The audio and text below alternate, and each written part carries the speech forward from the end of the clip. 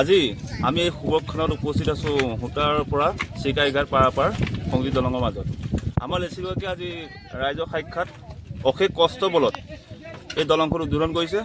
আৰু আপোনালোকৰ চেনেলৰ যোগেদি এটা কথা জনাইছোঁ যে ইয়ালে নানা গাঁৱত বা জিলাৰ পৰা আমাৰ এইটো পিকনিকৰ প্লেচৰ কাৰণে আমি জনোৱা হৈছে যে সকলো আহক আমাৰ এই দুৰ্গম এলেকাটো চাব পাৰিব। যে আজি সোমেশ্বৰ দাসক আমি ধন্যবাদ সূচক জনাইছোঁ। আমাৰ যিটো আপোনাৰ এই 250 মিটাৰ আজি দলংখন উদ্বোধন কৰিছে, কাষৰ এখন গাঁও আছে, তাতো সেই ছাত্ৰ ছাত্ৰী আছে। সেই ছাত্ৰ ছাত্ৰীসকল আহিবৰ কাৰণে যিখিনি মানে অসুবিধা যে আজি ছাত্ৰ ছাত্ৰীসকল পাৰাপাৰ হ'বৰ কাৰণে বা গাঁৱৰ স্থানীয় ৰাইজ পাৰাপাৰ হ'বৰ কাৰণে সুচল হ'ব বুলি। আৰু এই অঞ্চলৰ পৰা ৰাতিপুৱা 5 বজাতে যেতিয়া তেওঁলোক ব্যৱসায়ৰ কাৰণে ওলাই যায়, বহুত অসুবিধাৰ সৃষ্টি হৈ আছিলে। আজিৰ পৰা হয়তো এই সমস্যাৰ প্ৰায় 90% সমাধান হৈছে। আৰু তেখেতক লেচি ডাঙৰীয়া, সোমেশ্বৰ দাস ডাঙৰীয়াক ধন্যবাদ জনাইছোঁ।